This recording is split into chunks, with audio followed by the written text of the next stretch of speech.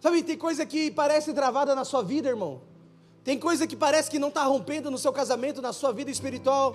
Aí você olha e fala: Deus, eu sou filho, eu sou herdeiro. E o céu está olhando para você e falando: eu sei que você é filho, eu sei que você é herdeiro, mas você é menino. Você só tem autoridade para ser filho de Deus. Você não se tornou filho de Deus. Porque para se tornar filho de Deus de fato expresso e usufruindo de tudo que um filho de Deus tem para usufruir, você precisa ser guiado pelo Espírito de Deus.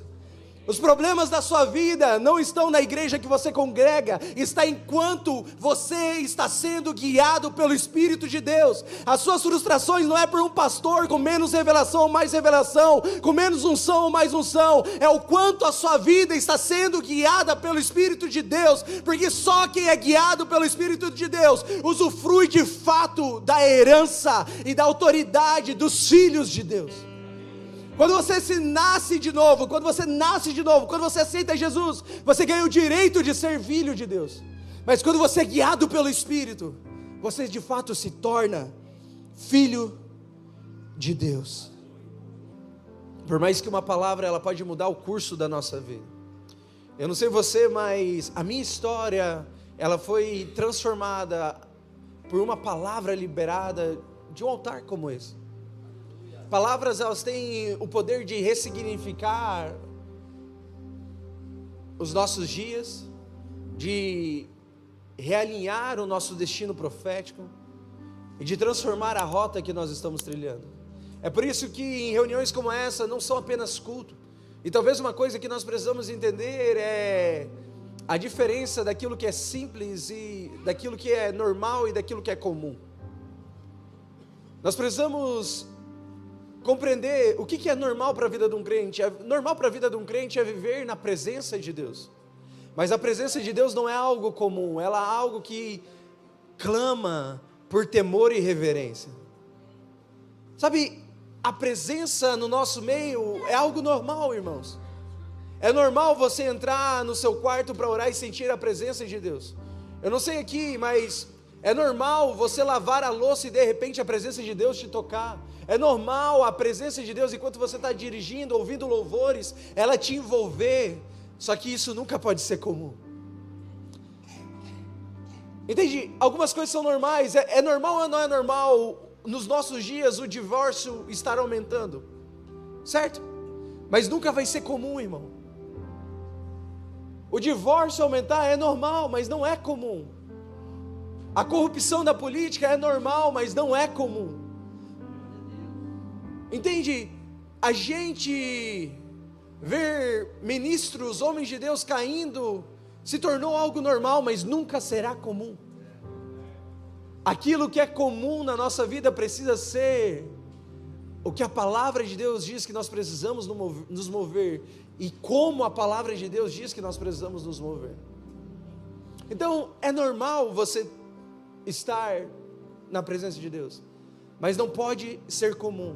É normal nós termos boas palavras, e graças a Deus pela plataforma que fazemos parte, que temos bons pregadores, mas não pode ser comum, porque se for comum para a sua vida, talvez vai ser só apenas mais uma pregação, e você não vai poder usufruir do Espírito que essa palavra está carregando. Porque não é a palavra que muda a sua vida, é o lugar da onde essa palavra é falada nas regiões celestiais. Sabe, não é o pregador que muda a sua vida, mas é o Espírito de Deus na vida de um pregador. E é isso que João Batista ele entendeu, quando ele bateu e falou: eu sou a voz do que clama no deserto. E quando vamos olhar para Isaías, ele vai falar sobre João Batista, voz do que clama no deserto. Sabe, João Batista, ele não era grandes coisas, mas ele é alguém que se permitiu ter um clamor dentro dele, daquele que desde a eternidade estava clamando para que um caminho de Maranata fosse aberto, para que a precursão para a vinda do Messias fosse aberta. Sabe, eu e você não podemos não ser muita coisa, mas se nós encarnarmos tudo aquilo que Deus falou sobre nós, se aquilo que Deus falou ao nosso respeito se tornar vida dentro de nós, nós seremos algo glorioso, manifestaremos algo glorioso. Então, uma das coisas que a gente precisa compreender é que Deus ele sempre vai satisfazer a necessidade de um tempo. Deixa eu te explicar isso.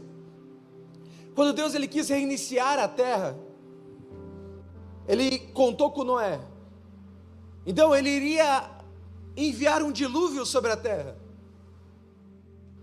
Então, o que Deus precisava para o dilúvio? Deus precisava de uma arca. Então, ele deu o modelo da arca para Noé construir a arca, sim ou não?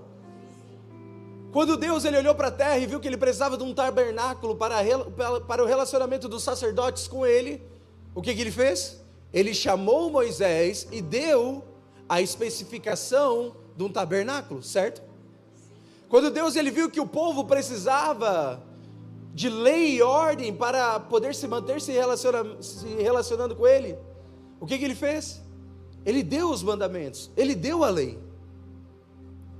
Quando Deus viu que a terra precisava de um templo para adoração a ele, Deus deu a instrução para a construção do templo, conhecido como Templo de Salomão. Agora, Hebreus capítulo 1, pode colocar para mim, Hebreus capítulo 1, versículo 1. Hebreus 1, versículo 1.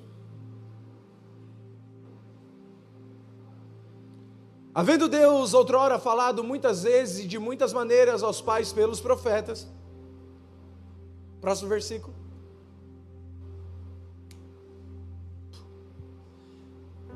Não. 1, 2.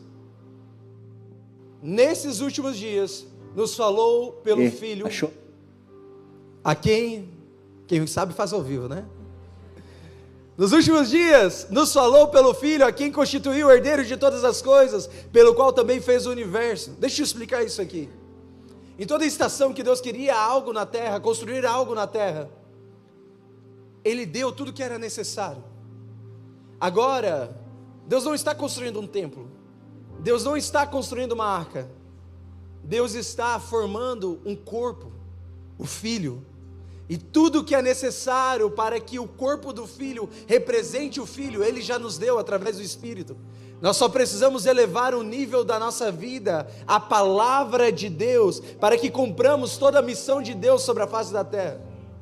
Deus não está construindo um templo novo, irmão, Deus não está construindo uma arca, Deus está formando um corpo, com pedras vivas, uma edificação para a morada do Senhor, onde eu e você somos parte disso.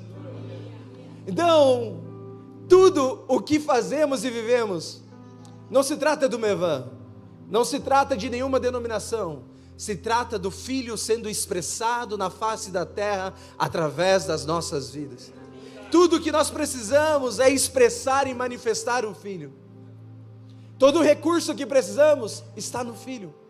Todo o recurso emocional, todas as conexões, toda a unção, todos os dons, tudo está no Filho, e somos guiados ao Filho através do Espírito Santo que habita em nós e revela quem somos, mas principalmente quem Ele é. Então, os nossos dias, eles se tratam do Filho.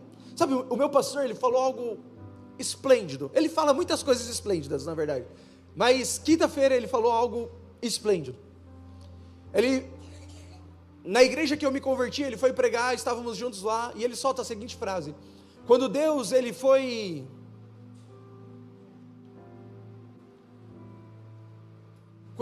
quando Deus precisou fazer João Batista nascer, um profeta precursor, Ele buscou experiência, Ele buscou uma mulher com experiência, que era Isabel. Mas quando Deus quis fazer a graça nascer, Ele buscou pureza, Ele não buscou experiência. Sabe, os nossos dias não se tratam de experiência, se tratam de pureza. Muitas vezes a experiência que nós temos está nos atrapalhando de entrar nos lugares de pureza que Deus quer que a gente entre, para receber a nova porção da vida de Deus sobre nós e manifestar um novo de novo por onde quer que a gente passe. A questão é, você está andando em pureza? Porque se tivermos pureza, Ele vai poder nos confiar tudo aquilo que é necessário para esse tempo. Então, o que eu quero falar com vocês nessa manhã é sobre o nosso desenvolvimento pessoal, a fim de manifestar tudo o que Deus quer manifestar sobre essa terra. Você vem comigo? Gálatas, capítulo 4, você já abriu.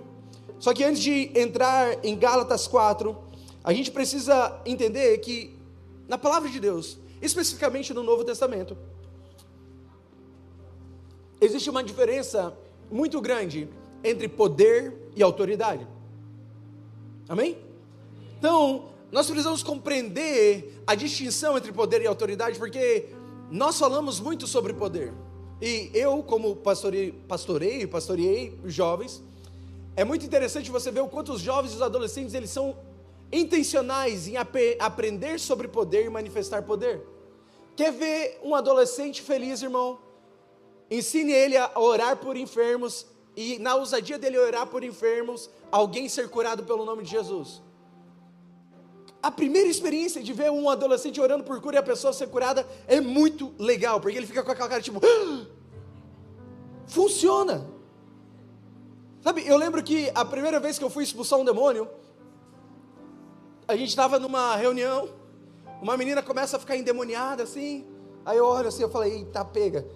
Do nada ela fica com aquela mão estranha, aí o demônio queria pegar o cabelo dela e bater assim, aí eu chego do lado e falei, coloque a mão para trás agora em nome de Jesus, na hora. Eu falei, rapaz, funciona mesmo. Sai! Então, é muito interessante ver o quanto a gente gosta de se envolver com poder, mas poder é algo que nos é dado sem medida da parte de Deus. Contudo, autoridade é aquilo que nós construímos na nossa jornada com Deus. A verdade é que poder gera autoridade e autoridade evidencia poder. O poder gerado através do sangue de Jesus, do sacrifício de Jesus, fez com que a nova vida que nos é proposta, que porta poder, nos transformasse, a fim de gerar autoridade em nós. E a autoridade que nós carregamos como filhos de Deus, ela evidencia poder. Faz sentido para você o que eu estou falando? Você está acordado já ou está acordando ainda? Glória a Deus. Então, só que seja sincero comigo, o que vem na sua cabeça quando você pensa na palavra poder? E o que vem na sua cabeça quando você pensa na palavra autoridade? Já parou para pensar? Qual que é a primeira coisa que vem na sua cabeça quando você ouve poder? E a primeira coisa que vem na sua cabeça quando você ouve autoridade? Se você é crente, talvez a primeira coisa que vai vir na sua cabeça quando você ouve poder é aquela cena do Benny Hinn pegando o terno dele, todo mundo caindo no chão, as pessoas orando, palavras proféticas sendo liberadas.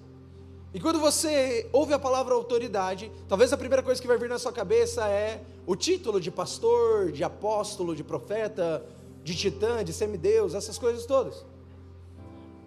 E aqui é o nosso problema, porque nós pensamos poder apenas de questões místicas ou sobrenaturais, e autoridade muitas vezes apenas a partir de títulos e cargos.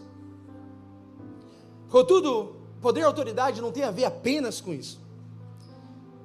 A palavra de Deus vai dizer que em João 1,12, você não precisa abrir, mas vai falar assim, a todos quantos o receberam, deu-lhes o poder de serem feitos filhos de Deus, a saber, aos que creem no seu nome.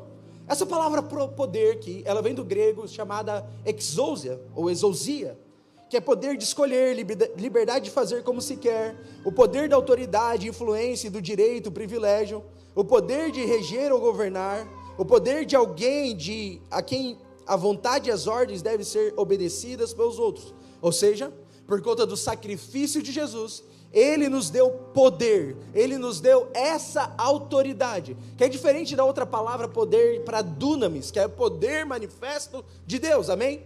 Então, autoridade é o que Jesus nos deu, e essa autoridade dele em nós, nos dá um direito de ser filhos de Deus. Só que vale lembrar, irmãos, que uma coisa é ter autoridade, outra coisa é estar liberado para exercer autoridade, e é isso que a gente vai falar aqui nessa manhã. Uma coisa é você ter autoridade, outra coisa é você estar autorizado para usar a sua autoridade, e é por isso que nós vamos ler Gálatas capítulo 4, versículo 1, Gálatas 4, 1, se você está com a sua Bíblia, diga amém, se você não está, diga misericórdia.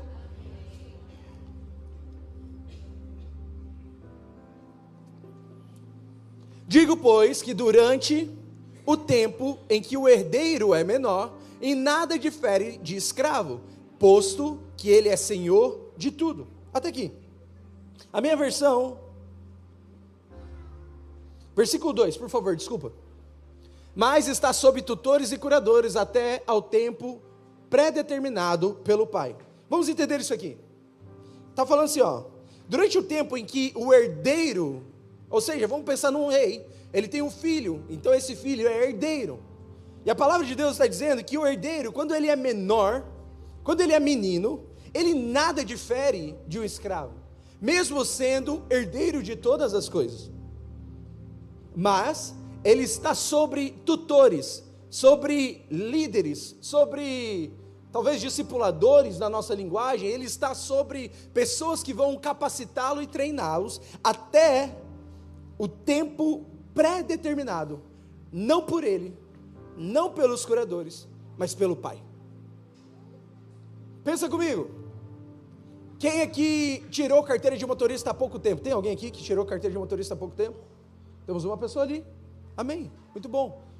Vamos lá, se você tirou carteira de motorista há pouco tempo, você pode dirigir, certo ou não certo? Contudo, você tem uma carteira de motorista, mas se você não tiver o carro, você vai poder dirigir? Não, você vai ter que ou pegar um carro emprestado, ou pegar um ônibus, ou pegar um Uber, ou andar a pé. Então, a carteira de motorista, ela é a autoridade que te foi dada para dirigir.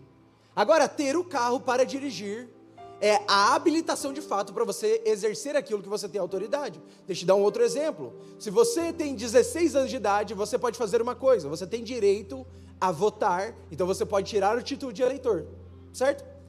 Contudo, se você tiver o título de eleitor que te dá autoridade e direito para votar, e não acordar cedo e ir para o colegiado, para o colégio, exercer o seu direito de voto, você tem o direito, mas você não tem a eficácia de usar do direito. Você tem o direito de fazer isso, mas você não usufrui do seu direito. E muitas vezes isso acontece conosco, os filhos de Deus. Nós temos direito, nós temos herança, mas nós não usufruímos o nosso direito e não usufruímos a nossa herança. Então aqui, a palavra para menino, para menor é menino, alguém infantil, alguém que é imaturo. E qual que é o nosso dilema, irmãos? É que muitas vezes não, vamos ser sinceros, o maior problema da igreja evangélica brasileira não é a falta de membros, é a falta de membros maduros. O que nos falta não são crentes, nós somos a maioria evangélicos no Brasil já. Os estudos diziam que ia ser a partir de 2031, mas até onde se sabe, a gente já atingiu essa meta. Contudo, não para de crescer o número de divórcios, não para de crescer o número de feminicídio, não para de crescer o número de atrocidades. Por quê? Porque o nosso problema não são pessoas salvas. O nosso problema são pessoas salvas que amadurecem. O nosso problema não são crentes nas igrejas. O nosso problema são crentes que não amadurecem. É sobre isso que nós vamos falar nessa manhã, desculpa. 1 Coríntios capítulo 3, versículo 1 e 2 vai dizer: eu, porém, irmãos, não fui de falar com vocês como espirituais, mas sim como carnais, como crianças em Cristo. Leite vos dei a beber, não vos dei alimento sólido, porque ainda não podíeis suportá-lo, nem ainda agora podeis, porque ainda sois carnais. A palavra carnal aqui é a mesma de Gálatas 4, népios, meninos e infantil. Então, quando nascemos no Espírito, apenas um tipo de alimento que a gente pode comer. Nosso único alimento, o único alimento da dieta do crente se chama Cristo. Ele mesmo vai dizer em João capítulo 6, 55 e 56, que a sua carne é uma verdadeira comida, que o seu sangue é uma verdadeira bebida. Por quê? Porque o alimento que nutre a nossa vida é Cristo. E é Ele que satisfaz tudo que há em nós. Contudo, a forma de que nós podemos servir esse alimento, ela é diferente. Para os bebês e para os meninos, nós vamos servir como leite, como mingau. Mas para os adultos, nós vamos servir com alimento sólido.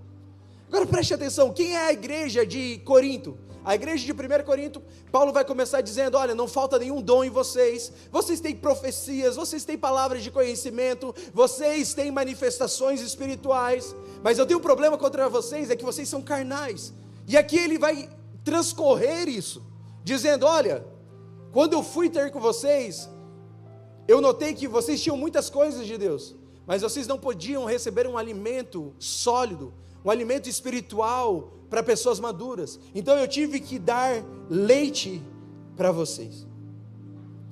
Mas vale pensar, irmãos, que quem define o tipo de alimento que eu e você vamos receber não é Deus.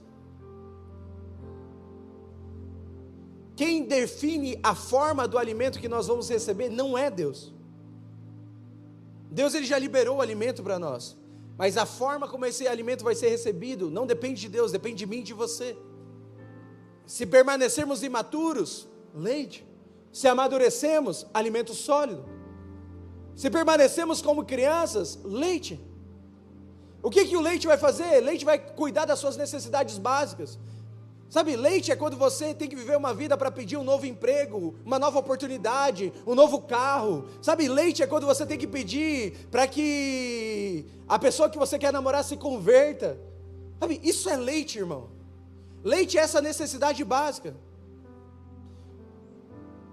Agora, alimento sólido é para pessoas maduras. Você vai dando a introdução alimentar. Já pensou? Dar uma feijoada para um bebê, que desastre que é? Agora, quando ele cresce, ele pode usufruir. Já viu que alegria é você poder comer um bom churrasco mal passado, irmão? Ir no Outback comer uma costelinha de molho barbecue. Só que uma criança, um bebê não pode comer aquilo. Então, Cristo, ele é um alimento universal, mas nós definimos como que nós vamos receber esse alimento. E a questão não é se preocupar em que tipo de alimento nós vamos dar. Você já parou para pensar como que o leite materno ele é formado? Você já viu uma mãe preocupada em ter que dar leite materno? Ela se preocupa quando ela não tem, mas quando ela tem, ela não se preocupa, ai meu Deus, o que eu tenho que fazer agora? Será que eu tenho que ficar 5 horas no banho para ter leite materno para o meu bebê? Não. O que é o leite materno, irmão? É o alimento que alguém come, e esse alimento vira vida dentro desse alguém, vira nutrientes dentro desse alguém, e por conta da fase da vida que está vivendo, vira um alimento para alguém que ainda não pode se alimentar de algo sólido. O que é leite materno espiritual? É a vida de Deus que os maduros comem, vira vida dentro deles, e à medida que vira vida dentro deles, pode ser dado para os pequeninos na fé.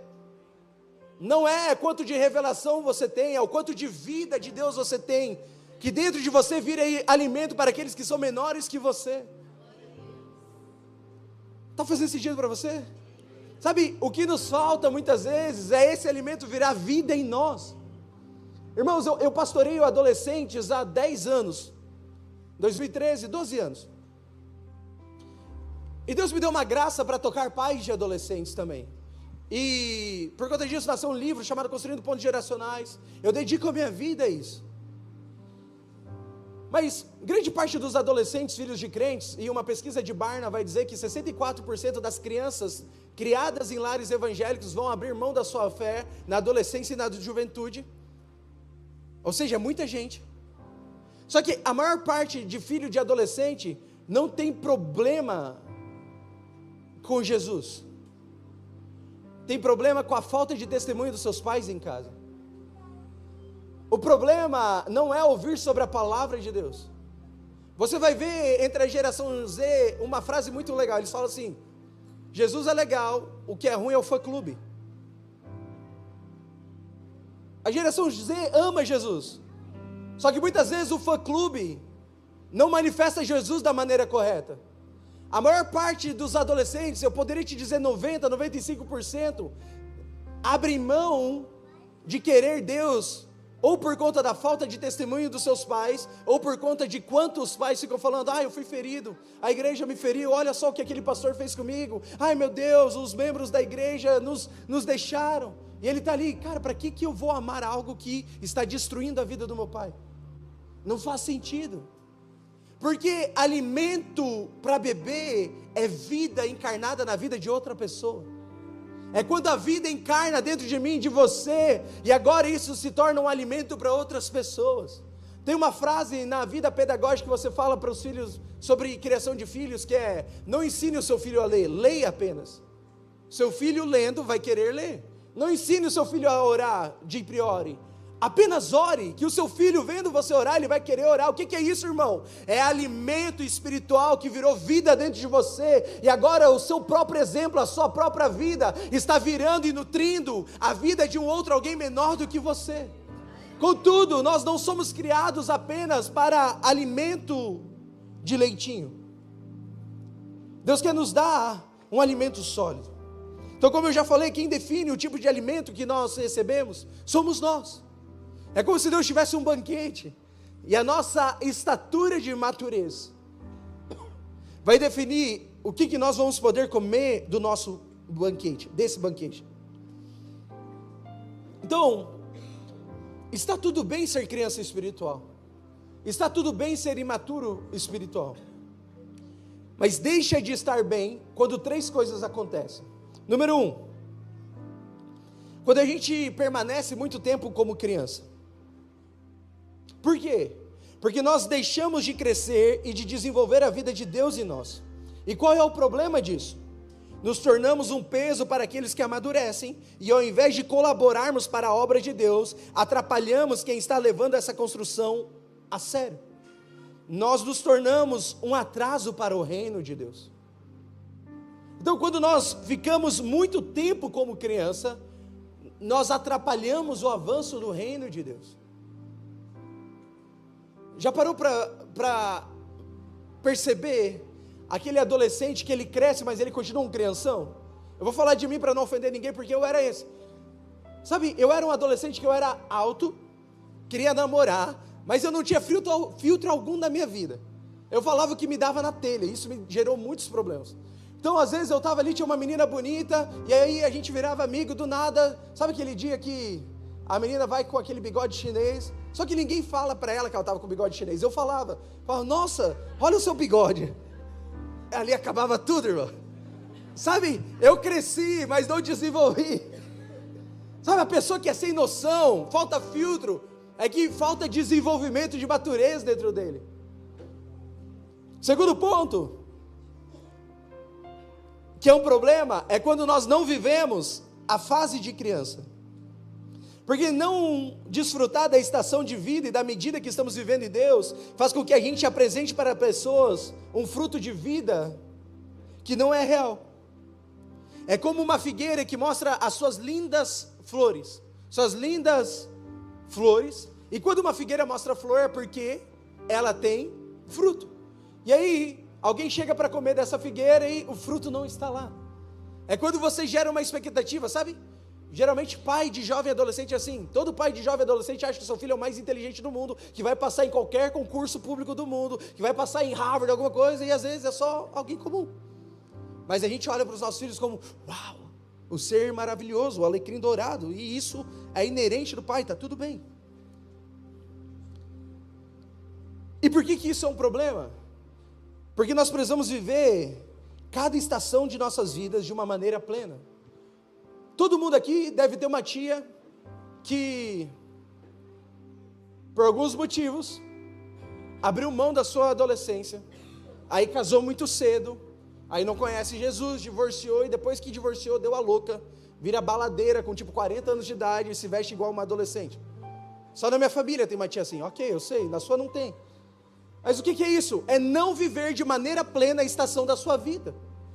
Isso é um problema na nossa vida espiritual também, quando nós não vivemos de maneira plena, quando nós somos crianças espirituais e queremos receber daquilo que os maduros estão recebendo, nós teremos um encontro com a glória de Deus, mas nós não teremos estrutura para suportar aquilo que a glória de Deus traz. Então começamos a entrar em ciclos de carência, ciclos de não ter convicção de identidade, não ter convicção de propósito, mas estamos lá, nós chapamos na presença de Deus, nós rolamos, nós oramos em língua, mas nós não temos um fundamento chamado maturidade para manter tudo aquilo que Deus está nos entregando. E aqui é o segundo problema. E o terceiro problema é quando nós não reconhecemos nossa estação como criança.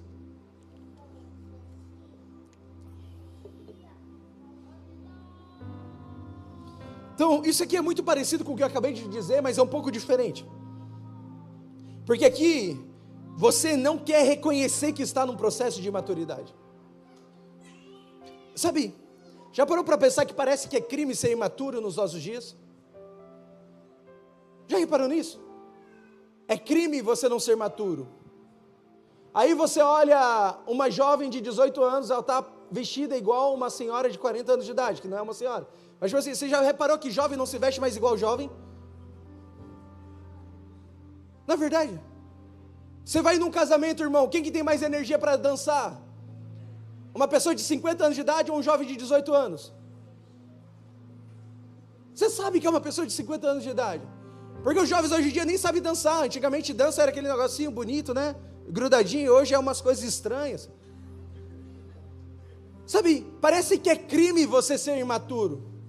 Parece que você não pode respeitar, e daí a gente não vive plenamente a estação da nossa vida. A gente não aproveita a nossa juventude, a gente não brinca na nossa juventude, a gente não se diverte, não vai para parque, não cria memórias afetivas. Aí chega na nossa hora de ser adulto, como a gente não viveu plenamente uma fase da nossa vida, na hora de ser adulto a gente quer se mimar. E aí a gente precisa ficar criando agendas e agenda para ensinar homem adulto a ser homem, e mulher adulta a ser mulher. Por quê? Porque não viveu plenamente cada estação da sua vida. Aí você vai ter que passar por 10 conferências de mulher, subir a montanha 50 vezes, curso de inteligência emocional, mas você não vira alguém maduro dentro de você, porque matureza é um processo de vida com Cristo, é um processo de desenvolvimento diário, vida na vida, crescendo de glória em glória, até chegar à expressão de Cristo.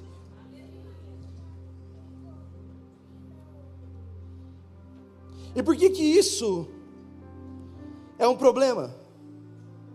Porque nós não reconhecemos que estamos na estação de beber leite. Então vamos querer comer alimento sólido, mas a gente não vai ter estrutura para receber o peso da glória de Deus. Fará mal, nos trará crises, vai fazer a gente viver em ciclos de derrota, em crises de identidade.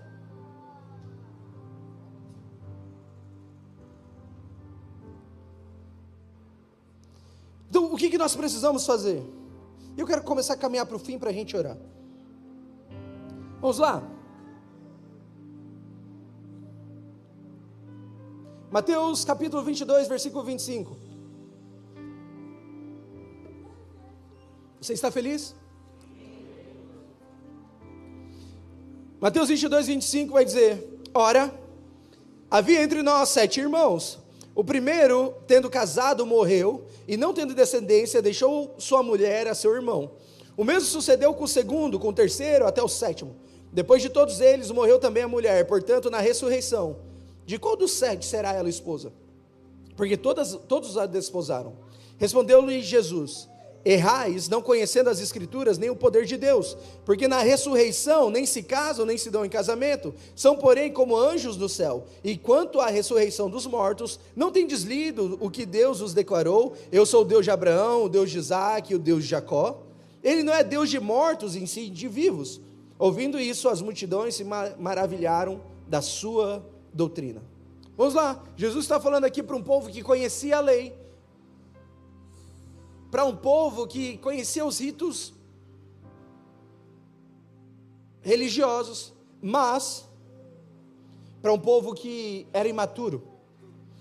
Eles chegaram então com uma pergunta tendenciosa: olha só, a gente tinha 7 irmãos, uma esposa de um dos irmãos, depois ela acabou ser desposada por todos os outros, ou seja, se casou com todos os outros naquele grande dia, na eternidade, como vai ser? Eles vêm com uma pergunta tendenciosa, uma pergunta que não tem produtividade alguma nela, não tem vida alguma nela, não edifica nada nela, uma pergunta sem centro. Sabe, esse tipo de pergunta que a gente crente difama às vezes, perguntas que começa a viajar, aquelas perguntas tolas, sabe? Será que existiu o dinossauro? O que vai mudar na sua vida, irmão? Será que duendes existem? Quando os discípulos chegaram para Jesus, quem é o maior no reino dos céus? E Jesus fica assim, meu Deus do céu, eu não acredito que esses caras estão andando comigo há tanto tempo e estão me fazendo esse tipo de pergunta. Sabe, adolescente faz muito isso, né? Adolescente ali, 16 anos, quer se casar, está com crush, está apaixonado, os amigos estão shippando, ele fica lá, nossa Deus, se fulano é tal, é a pessoa de Deus para a minha vida, ele vai me mandar um emoji de estrela. Aí a pessoa reage tudo com emoji de estrela, é o sinal da minha vida. Passa o dia todo conversando com o miserável no Instagram, sonhou que estava vestida de noiva com o filho de Deus. É lógico que você não para de falar com ele, é lógico que você vai sonhar coisas. Entende? É essas coisas sem produtividade que a gente entra numas neuras e a gente vai chegando para Deus. Deus, será que na eternidade eu vou ter um leão com juba rosa?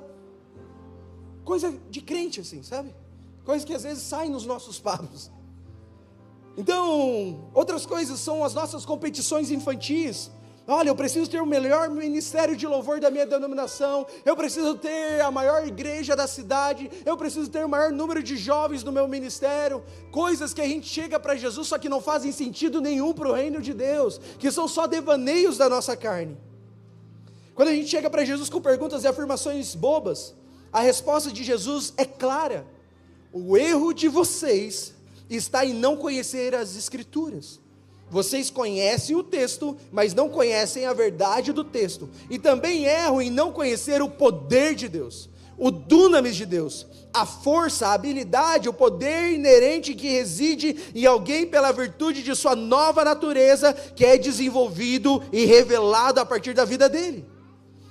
Irmãos, a verdade é que temos pregado muito sobre poder, mas não temos falado de como a gente vai operacionalizar o poder. Se queremos construir algo, precisamos de operacionalização e eficiência. Vamos lá.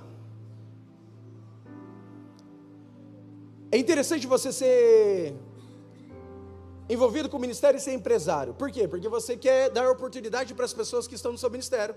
E aí, às vezes você vai ver lá, o cara é crente, ora, jejua, está em todas as vigílias, tem sonhos, visões, dons manifestos, mas aí você vai contratar o homem de Deus, é uma frustração, porque ele não consegue operacionalizar, ele não consegue dar uma resposta para a vida.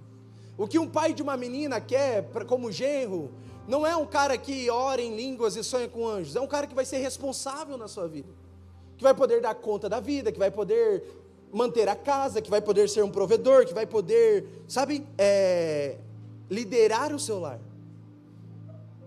Então, isso fala de eficácia, isso fala de eficiência.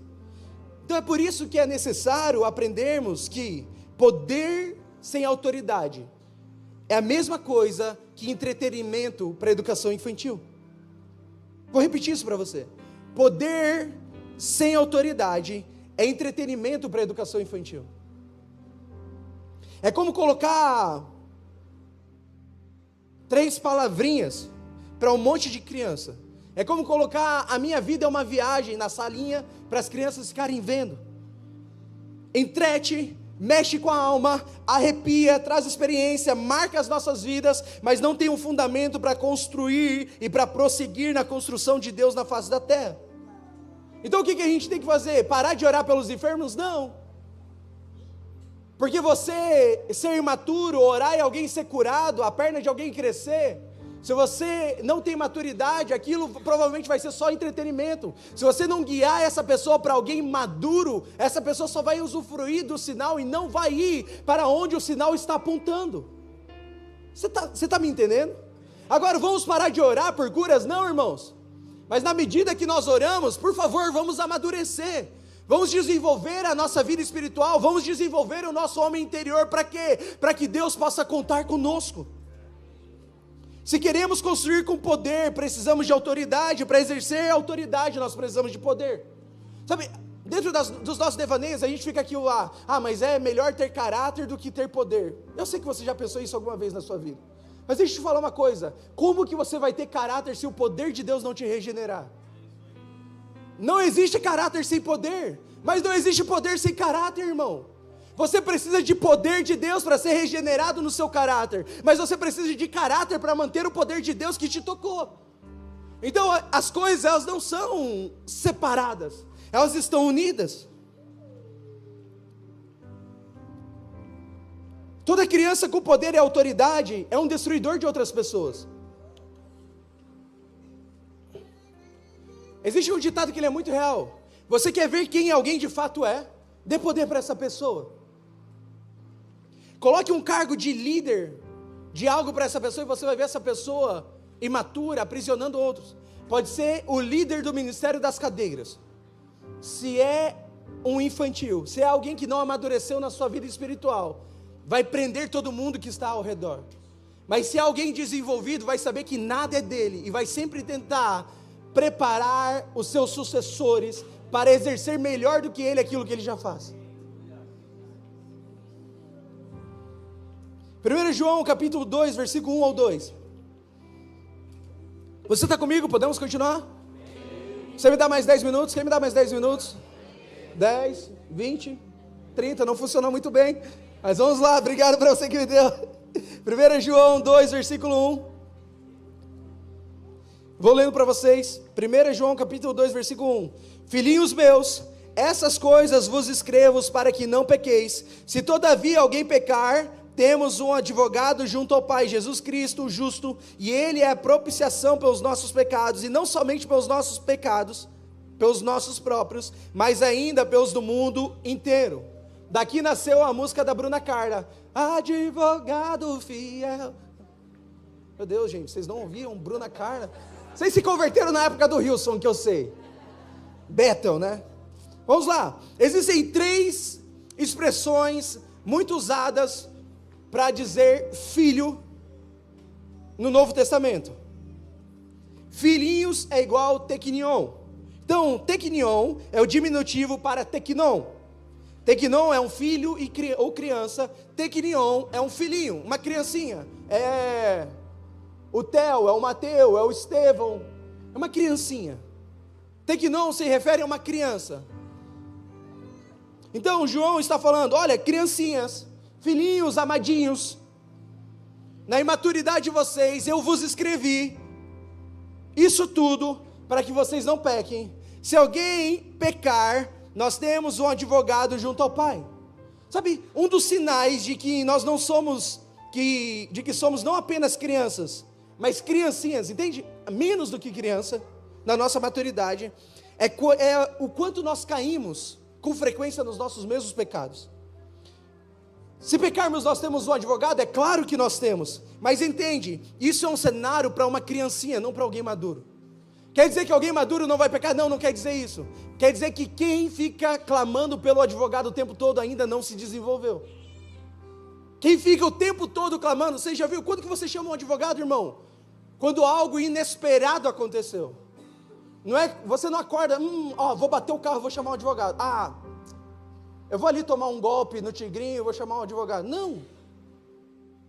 O advogado você chama, ou deveria chamar, quando algo inesperado aconteceu. E é isso que João está falando aqui. Você viver nos mesmos ciclos de pecados, você viver nos mesmos ciclos de escravidão, é porque você não cresceu, é porque você ainda é uma criancinha. Porque maduros, eles não ficam caindo dos mesmos pecados. Eles estão crescendo de glória em glória, e estão tentando confessar as suas tentações para que não tenham nem que pecar.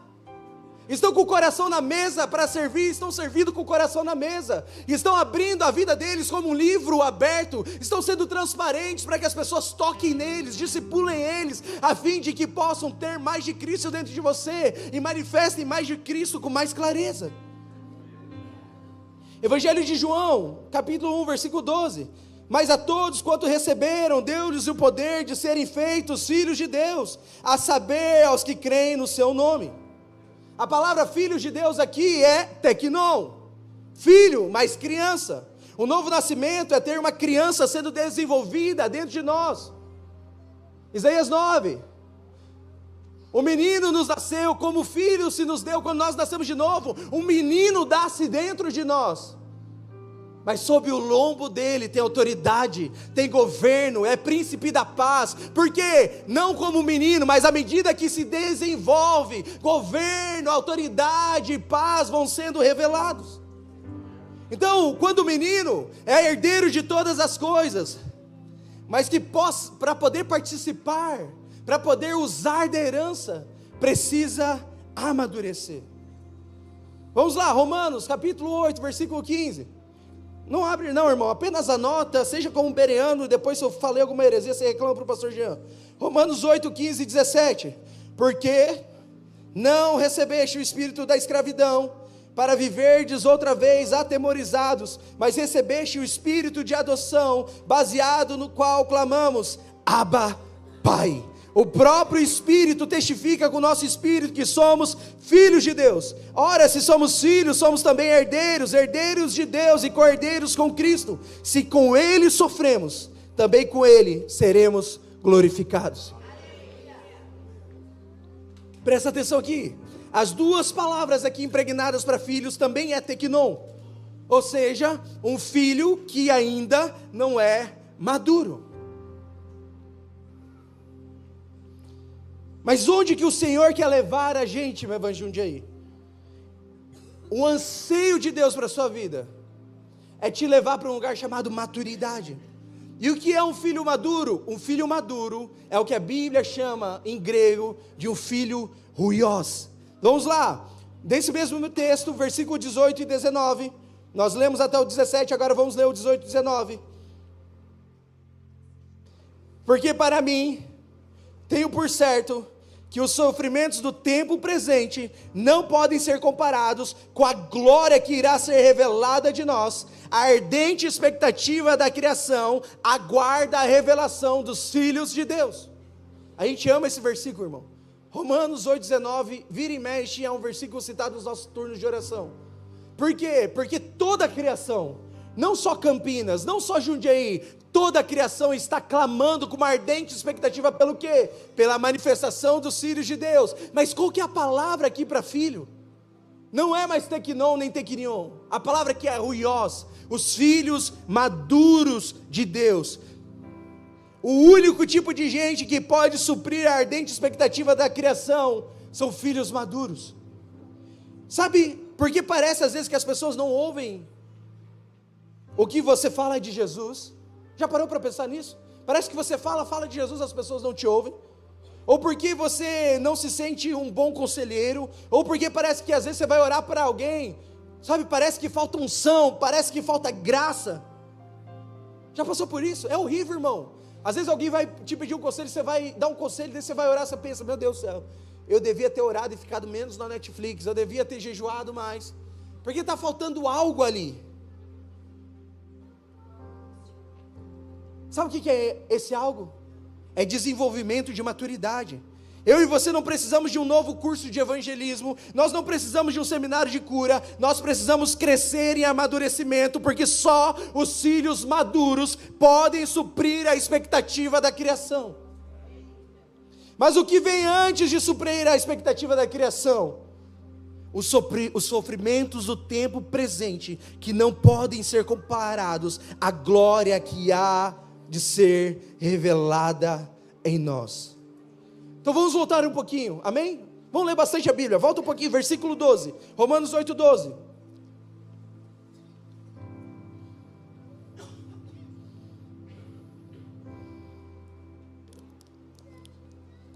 Romanos 8, 12 vai dizer, assim pois irmãos, somos devedores, não à carne, como se constrangidos a viver segundo a carne. Porque se você viver segundo a carne, você caminha para a morte. Mas se pelo Espírito fazer morrer os feitos do corpo, certamente vocês viverão. Pois todos os que são guiados pelo Espírito de Deus são filhos de Deus. Todo mundo que é guiado pelo Espírito de Deus são filhos de Deus. Olha que interessante. João capítulo 1, 12 vai dizer que todos os que o receberam a autoridade de serem feitos filhos de Deus. Aqui Paulo vai dizer que quem é guiado pelo Espírito de Deus é filho de Deus. Tem uma diferença aqui. Sabe, tem coisa que parece travada na sua vida, irmão.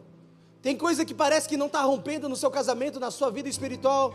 Aí você olha e fala: Deus, eu sou filho, eu sou herdeiro. E o céu está olhando para você e falando: eu sei que você é filho, eu sei que você é herdeiro, mas você é menino, você só tem autoridade para ser filho de Deus, você não se tornou filho de Deus, porque para se tornar filho de Deus de fato expresso, e usufruindo de tudo que um filho de Deus tem para usufruir, você precisa ser guiado pelo Espírito de Deus. Os problemas da sua vida não estão na igreja que você congrega, está enquanto você está sendo guiado pelo Espírito de Deus. As suas frustrações não é por um pastor com menos revelação ou mais revelação, com menos unção ou mais unção, é o quanto a sua vida está sendo guiada pelo Espírito de Deus, porque só quem é guiado pelo Espírito de Deus usufrui de fato da herança e da autoridade dos filhos de Deus. Quando você nasce de novo, quando você aceita Jesus, você ganha o direito de ser filho de Deus. Mas quando você é guiado pelo Espírito, você de fato se torna filho de Deus.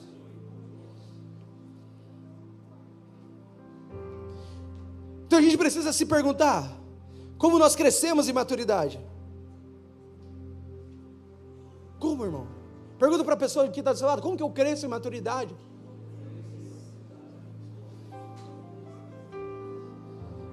Agora, responde para quem está do seu lado: parando de viver segundo a sua carne. Porque se eu vivo segundo a carne, irmão, eu caminho para a morte. Mas se pelo Espírito eu mato as vontades do meu corpo, os meus desejos, os meus sonhos, o meu senso de justiça própria, o meu não, certo é tal coisa, errado é tal coisa, não, sempre foi assim, a visão é desse jeito, cara, se eu mato isso para ser guiado pelo Espírito, eu terei vida. O atalho para chegar à maturidade é ser guiado pelo Espírito de Deus.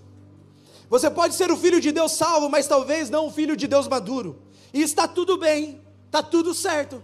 Contudo, você não vai poder construir algo ainda, e nem suprir a ardente expectativa da criação.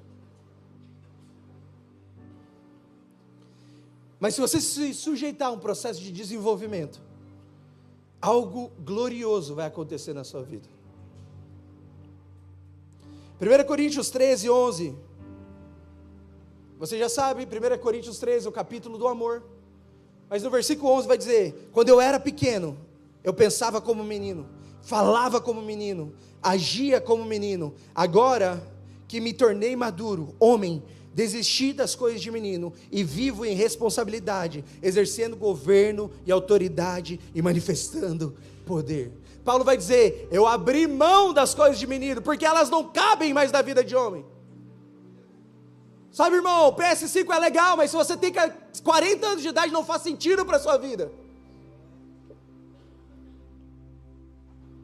Você pode ter o sonho de menino, de tunar um carro, de quando você era adolescente e não tinha dinheiro, mas se agora você é homem, não faz sentido você deixar de viajar com a sua família para ficar tunando um carrinho. Você virou homem, então você tem que deixar as coisas de menino, agarrar a vida de homem, para poder dar uma resposta que a tua casa precisa, que os seus filhos precisam, que a tua igreja precisa, que a sociedade precisa. Mas como nós fazemos isso? Nós voltamos para Gálatas 4:1. Se sujeitando à autoridade até o tempo predestinado pelo Pai.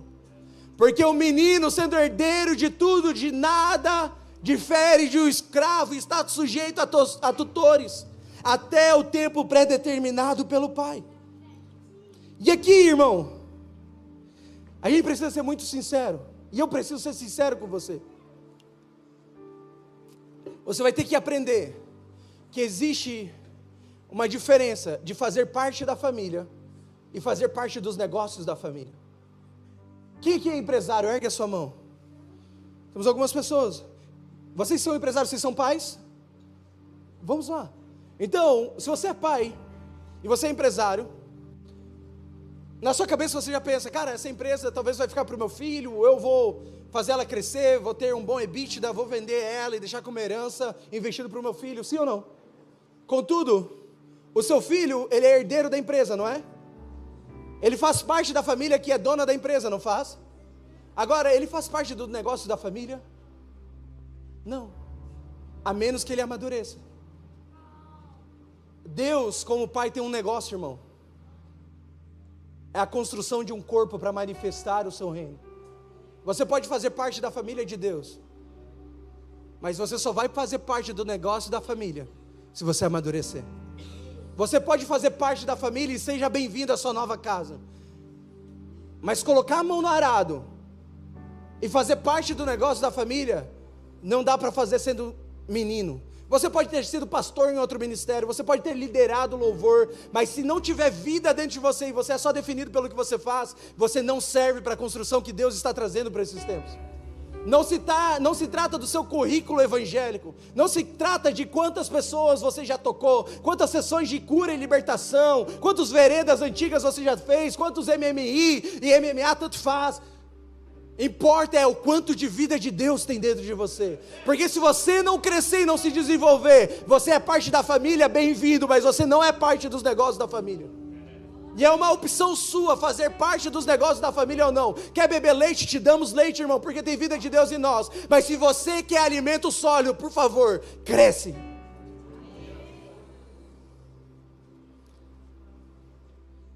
Então, se você não está sendo discipulado por alguém, você nunca vai amadurecer. Se você não está sendo transparente e colocando seu coração na mesa, você nunca vai amadurecer. Se você não está sendo discípulo de alguém para que esse alguém te leve até Cristo, você não vai amadurecer. Se você não presta conta da sua vida para ninguém, mas madura espiritualmente do que você não vai amadurecer. Deixa eu quebrar uma mentira de Satanás na nossa mente agora. Todo mundo aqui já ouviu que Jesus nos fez livres, sim ou não? Agora, do que Jesus te fez livre, irmão? Jesus te fez livre de você e do teu pecado, da condenação do pecado, do diabo. Ele te fez livre. Naquela cruz Jesus te entregou um diabo falido, irmão. O diabo perdeu seu poder naquela cruz. É por isso que Jesus vai falar que Ele nos deu a chave do reino dos céus e a porta do inferno não vai prevalecer contra a igreja. O que está dizendo? Nós não somos um gatinho com medo, nós somos um grande exército que avança e dá contra as portas do inferno e toma para si tudo aquilo que o diabo roubou. Agora, Jesus te fez livre de você, do pecado do diabo, da vontade da tua carne, mas Jesus não te fez livre do teu irmão, Ele te fez codependente do seu irmão. É por isso que nós precisamos entender, ninguém é igreja sozinho. Mentiram para você quando disseram que você é igreja no seu trabalho, que você é igreja na sua universidade. É mentira, irmão. Nós somos a igreja, porque igreja é algo que se vive no plural. Nós somos noiva, porque noiva se vive no plural. Mas se tiver 2 ou 3 com você lá no teu colégio, lá na tua escola, na tua universidade, na tua empresa, a presença de Deus está ali, porque ela é manifesta em nós. Cristo em nós, não é Cristo em mim, esperança da glória. Cristo em nós é a esperança da glória, porque o ser de Deus da face da terra, Ele é um ser coletivo, Ele não é um ser individual, mas Deus trabalha a nossa individualidade para manifestar a nossa coletividade. Então, se você está numa casa paterna como essa e você não está sendo discipulado, você não vai desenvolver, irmão. Se você não está colocando seu coração na mesa, você não vai desenvolver. Se você quer um cargo, mas você não quer o processo, você não vai desenvolver. Se você quer que o pastor saiba quanto de dízimo você está dando, o quanto você já fez no seu currículo, deixa eu falar, pode ficar como menino, está tudo bem. Mas se você quer fazer parte dessa gloriosa construção em Jundiaí, irmão, você vai ter que passar por esse processo de ser moído, de colocar sua vergonha, sua mazela na mesa, de falar a verdade onde você sempre falou a mentira, de expor a sua nudez, para que a vida de Cristo seja formado dentro de você. Você precisa de irmãos mais velhos para te ajudar nessa construção.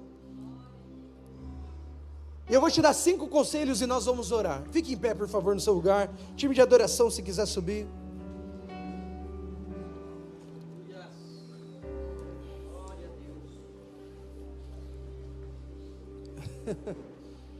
Cinco conselhos muito práticos e rápidos para você desenvolver a sua maturidade. Número 1, seja discipulado por alguém. A salvação não vai te custar nada, é um sacrifício de Jesus para você, mas o discipulado vai te custar tudo. Vai custar tua vaidade, teu orgulho, teu tempo, seus recursos, seus traumas, mas vai gerar a vida de Deus em você. Número 2, assuma a responsabilidade. Assumir responsabilidade é um atributo de quem está em desenvolvimento de maturidade. Você precisa servir, você precisa se engajar, você precisa trabalhar, você precisa cuidar. Sabe, a nossa casa, ela tem uma coisa que a gente ergue a bandeira da família. Mas uma coisa que nós temos aprendido, que temos que falar nesses dias, é que a família não tem um fim em si mesmo. A família, ela é a casa, mas ela não é a causa. A causa do reino é muito maior do que a sua família. O reino e as demandas do reino são muito maiores do que a sua casa. Então pare de mentir para você mesmo, dizendo, não, eu estou tirando tempo para minha família. Não, você está folgando muitas vezes, porque você não quer se comprometer com a obra que Deus tem para você. Você se lembra do que usurparam da sua boa vontade com má fé, usurparam do seu dinheiro com má fé, e aí você fica todo ressabiado. Deixa eu te contar uma coisa, um princípio não deixa de ser um princípio se alguém aplicou ele errado na sua vida. Se você quer crescer, assuma a responsabilidade, vem para o meio, irmão, se envolve, coloca a sua casa nesse jogo, e vem construir essa construção junto com essa casa. Número 3, cerque-se de pessoas maduras. Número 4, seja guiado pelo Espírito Santo. E número 5, não tenha medo de sofrer, porque o sofrimento está gerando em você uma glória que ela vai ser revelada. Você recebe essa palavra? Feche seus olhos. Feche seus olhos no seu lugar.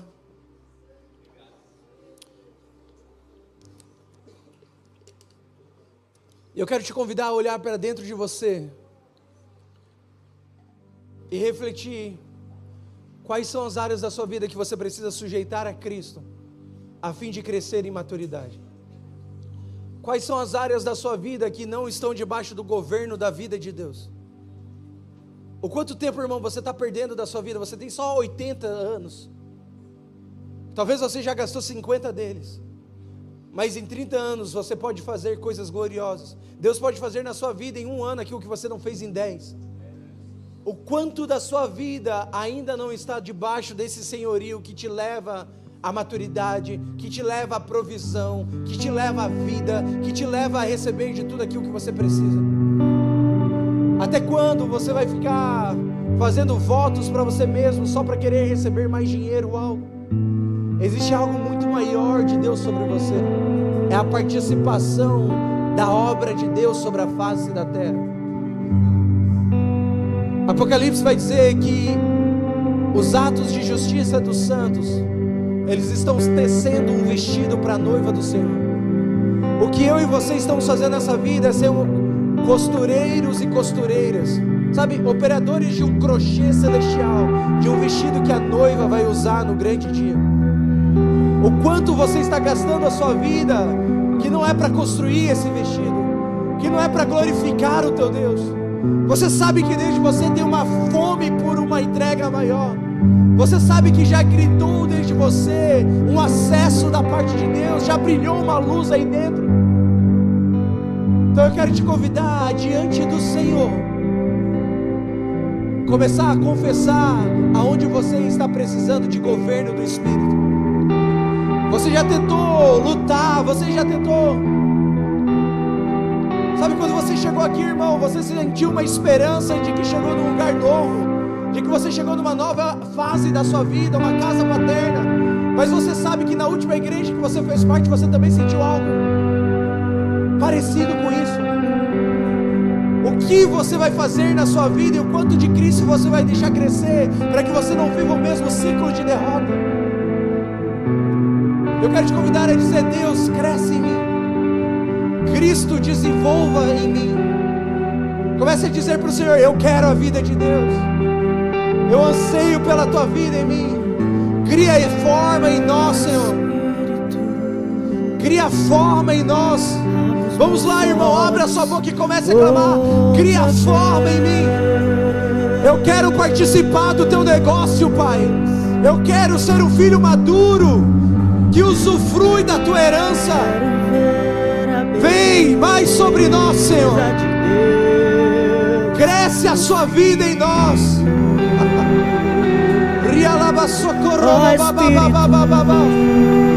Cresce a sua vida em nós, Senhor. Espírito, Jundiaí não precisa de mais uma igreja. Jundiaí precisa de um povo maduro que expressa o Pai.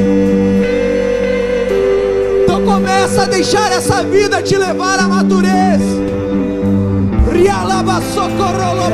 a beleza de Deus. Mais, Senhor, mais, Senhor, mais da sua vida aqui. Abre os olhos do nosso entendimento. Beleza de Deus. Cristo, fonte de prazer, fonte de prazer. Cristo,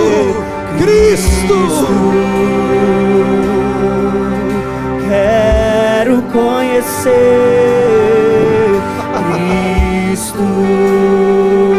Cristo, oh beleza, qual a beleza que existe em ti, que eu ainda não vi. Brilha os nossos olhos, espírito de sabedoria e revelação. Que existe,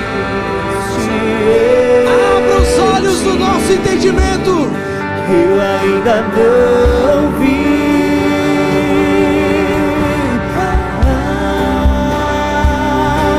A beleza que existe em ti, que eu ainda não vi.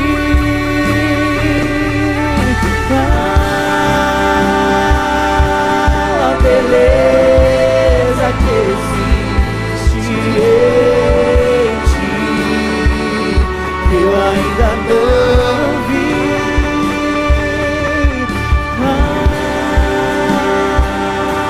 A beleza que existe em ti.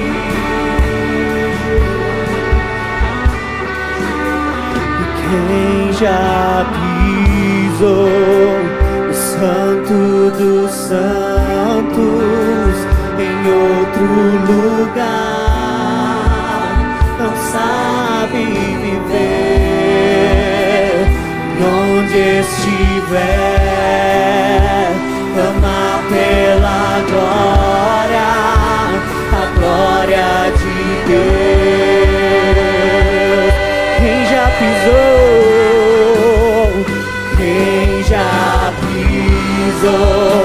o Santo dos Santos em outro lugar, não sabe viver e onde estiver, ama pela glória, a glória de Deus. Sim, Senhor. Eu tenho algo no meu espírito, preste atenção nisso. Todos nós conhecemos Tomé como um homem incrédulo, mas Tomé é um homem que abriu mão de tudo para andar com Jesus. Tomé, ele colocou a sua expectativa em Jesus como o Messias que viria, mas Tomé, ele teve um problema, ele não compreendeu o tempo que ele estava vivendo. Ele esperava que o Messias ia ser alguém que ia restaurar o governo de Israel, ia acabar com os romanos, ia acabar com a escravidão dos romanos. E ele coloca a sua expectativa nisso. Ele falou: agora sim, o meu Salvador veio, não vamos ter que pagar tantos tributos, não vamos mais ter que andar 2 milhas, não vamos mais ser humilhados e ficar passando necessidades. Ele imaginou um tipo de Jesus que não era o Jesus prometido pelo Pai. Ele se autodefraudou, irmão. Então Jesus, ele morre, ele ressuscita, e quando aparece para os discípulos, Tomé não está. Os discípulos vão contar, e Tomé ouve aquilo e fala: isso é baboseira, eu já entreguei a minha vida para isso uma vez, para que eu vou fazer isso de novo? Se eu não colocar minhas mãos ao lado das mãos dele, se eu não ver a ferida nas suas mãos, eu não acredito que isso é verdade. De repente, irmãos, Jesus, ele dá uma de Gasparzinho, ele transpassa a parede, ele chega no jantar e fala: oi, Tomé, toca aqui, toca no meu corpo. Então Tomé nem tocou, mas ele foi restaurado no seu ministério, ele foi restaurado na sua vocação. Sabe o que a gente aprende com isso, irmãos? Nós aprendemos que ao tocar no corpo de Cristo, ao tocar na igreja que representa o cabeça, toda a nossa frustração é absorvida por essa graça. Toda a nossa frustração ministerial, toda a nossa frustração na jornada, que nós dizemos para nós mesmos: eu não vou me lançar mais, eu vou cuidar da minha família, eu não vou me envolver mais. Sabe o que nos falta, irmãos? Eu sinto no meu espírito que tem pessoas, cara, você está envolvido com essa obra, mas no seu inconsciente você está dando passos devagar e pensando: cara, eu acho que vai acontecer de novo. Você vai andando com seus pastores e alguns gatilhos do seu passado são despertados, que você fica: cara, eu não sei se eu me lanço. Deixa eu te falar, não toca no corpo do teu pastor, toca no corpo do Cristo. Toca no corpo do Cristo nessa manhã, meu irmão. Toca no corpo do Cristo, que essa vida vai crescer dentro de você. Eu sei que você está aqui, Tomé. Eu sei que você está aqui, Tomé. Você só precisa tocar nesse corpo. Feche seus olhos. Eu não vou te chamar para vir aqui na frente, mas você que entende que você é um Tomé nessa manhã, você que entende que você já nem acredita mais, você que entende, irmão, que você que entende que você está frustrado, você já acreditou muito nesse negócio de igreja, você só vai acreditar se ver. Pronto, você já pode ver. Se você é esse Tomé, ergue a sua mão direita no seu lugar. Ergue a sua mão direita e balança, dizendo: eu estou desesperançoso, eu já nem acredito mais nesse negócio de ministério, homem de Deus. Vamos, não tenha vergonha, pode erguer a sua mão. Eu quero que os líderes da casa virem para trás e toquem essas mãos erguidas. Você que é um pastor nessa casa, você que é o líder, temos poucas mãos erguidas, não faz mal, apenas toque esses irmãos. Vida de Deus, corre o teu sangue no nosso meio, Senhor. Corre o teu sangue no nosso meio, porque a esperança para a árvore cortada, que é o cheiro das muitas águas, voltará a brotar. Mas da sua vida, o seu sangue restaurando o chamamento, o seu sangue restaurando a vocação, o seu sangue trazendo, Senhor, cada palavra, cada profecia, cada visão e cada sonho. Santo Deus, vem sobre nós. Quem já pisou